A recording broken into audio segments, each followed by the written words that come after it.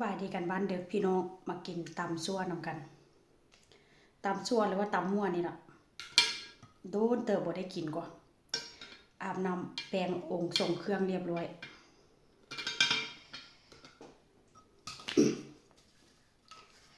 มา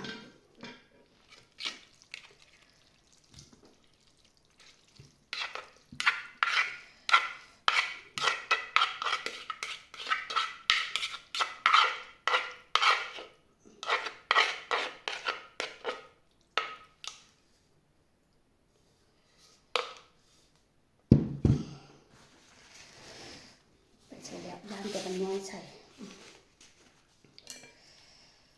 โดนเติบบ่ได้กินช่วงนี้เป็นช่วงที่แบบว่าลดหุ่นได้เฮ็ดแต่กับข้าวกับน้ำแต่ว่าก็บ่ค่อยกินตำซั่วใส่หลายอย่างใส่ไส้กรอกใส่กุ้งใส่ผักได้เน้นแต่ผักช่วงนี้นะมาผัก ผักนี่กะละมังนึงพี่น้องเน้นกินผักช่วงนี้ก็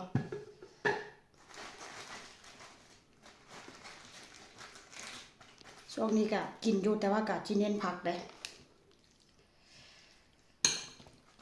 อ้ายตกแล้ว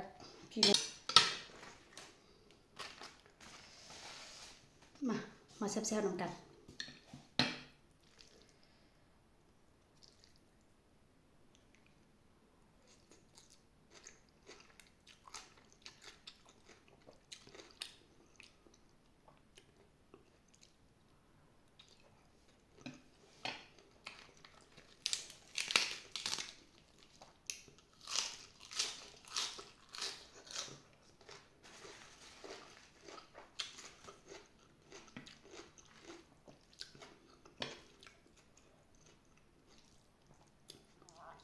มีถั่วงอกนำใดร้านจีนเปิดใหม่อยู่ใกล้บ้านนี่ตรงข้ามกันเลยตรงข้ามบ้านค่อยพี่น้องเอ้ยของหลายขนาดมีเส้นหมอกเส้นหมี่มีฮอดหัวงอกว่าเส้นสาธรรมดานี่ถั่วงอกทั่วไปนี่จะบ่มีขายได้ตามร้านซุปเปอร์มาร์เก็ต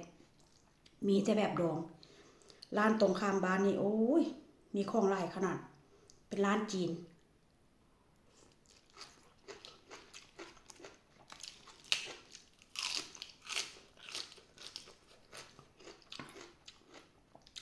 ของมาขายหลายครับชูรอกชูรสหมดนั่นน่ะแป้งนอกแป้งนัวมีเบิดทุกอย่างเลยธรรมดาแป้งนัวมีแต่ร้านแขก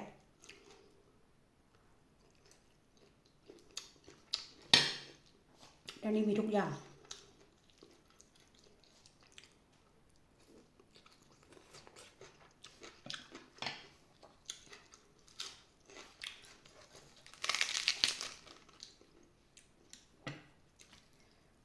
ตามกินไส้ผักแบบนี้ก็แซ่บเหมือนกันได้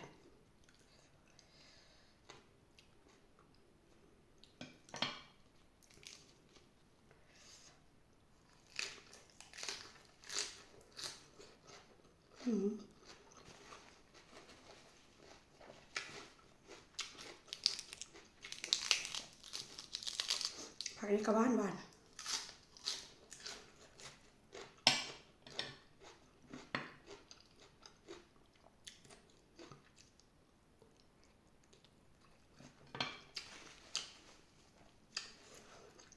ากนี้บ่ได้เป็นกลางนะพี่น้องแกะมัน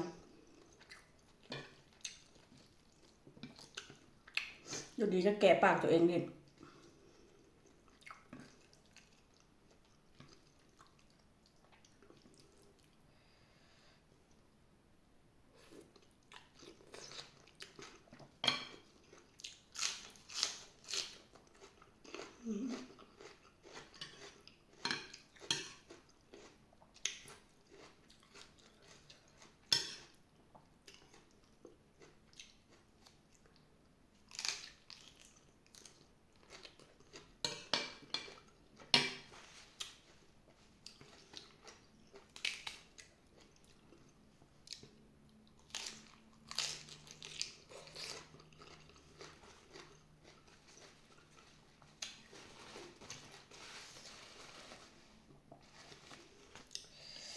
แซ่บปาก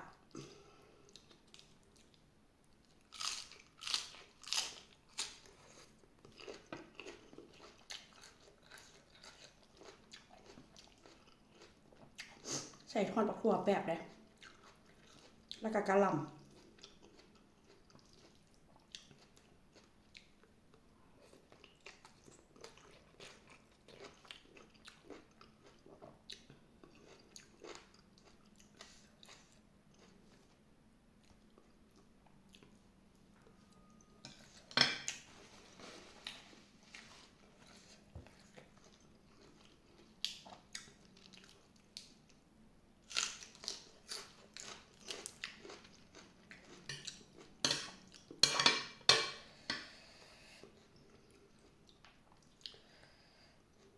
พริก3หน่วยกับเผ็ดว่าซั่น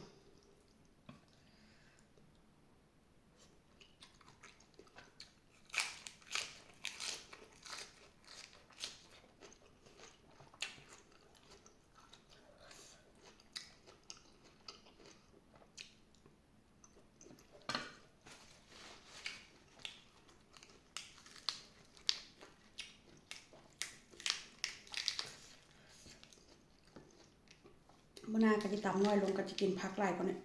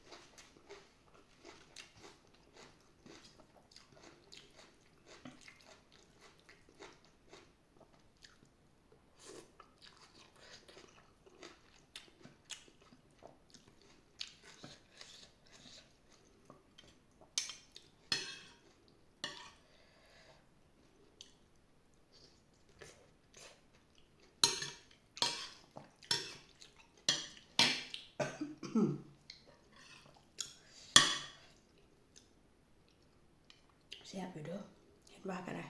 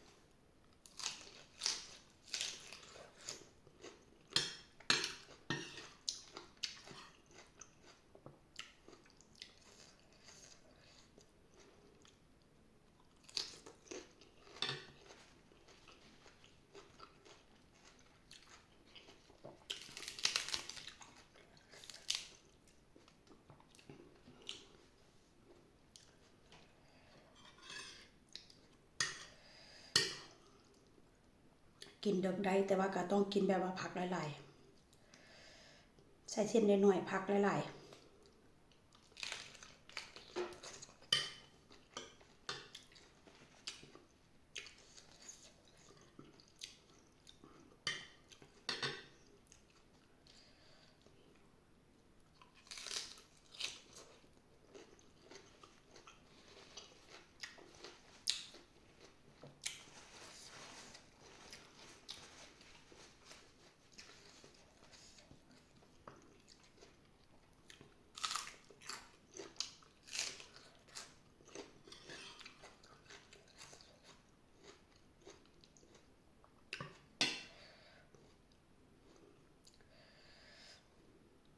ใบกระเทียม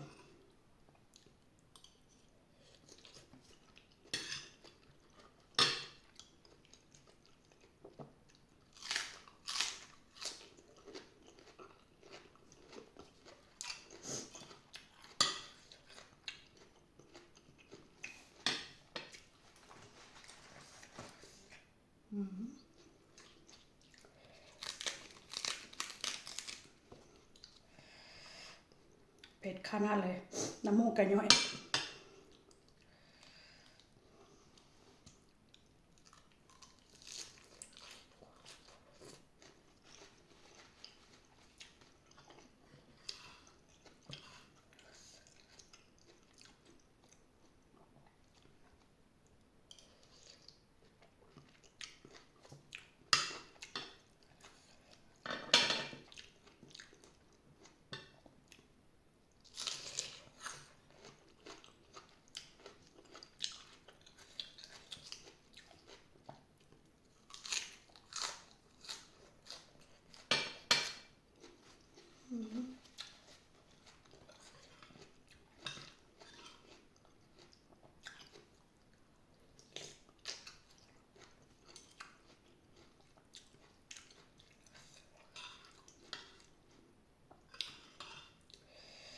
แซ่บว่ะใส่ผักหลายๆแบบเนี้ยมันน่าจะตามเส้นน้อยๆเด้อ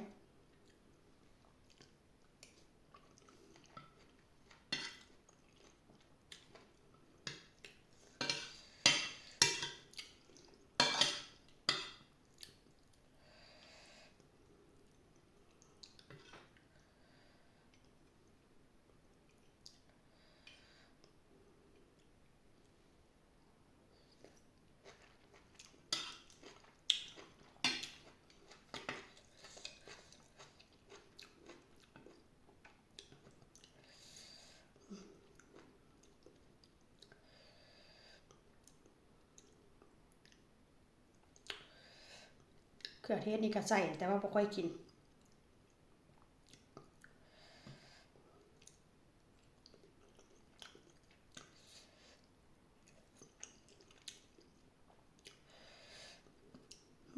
แซ่บขนาดเลย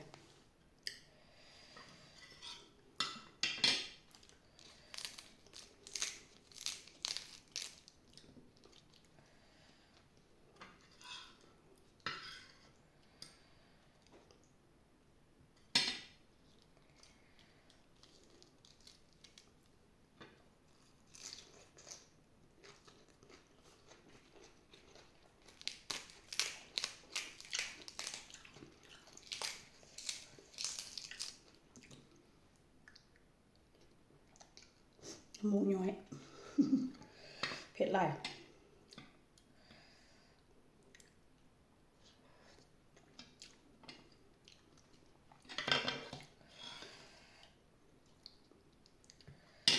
กินผักหลายๆจะได้ระบบขับถ่ายย่อยดี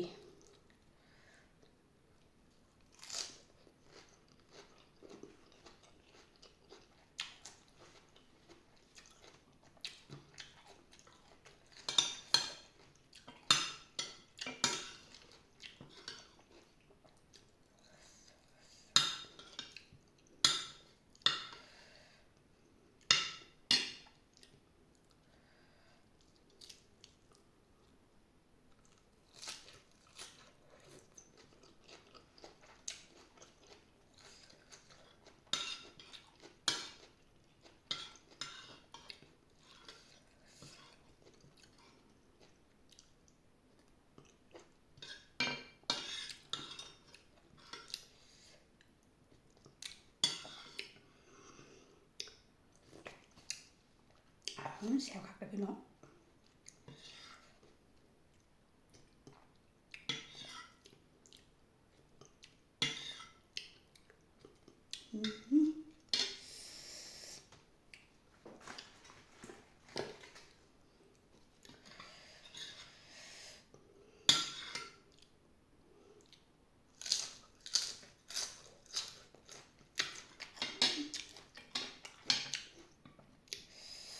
แซ่บขนาด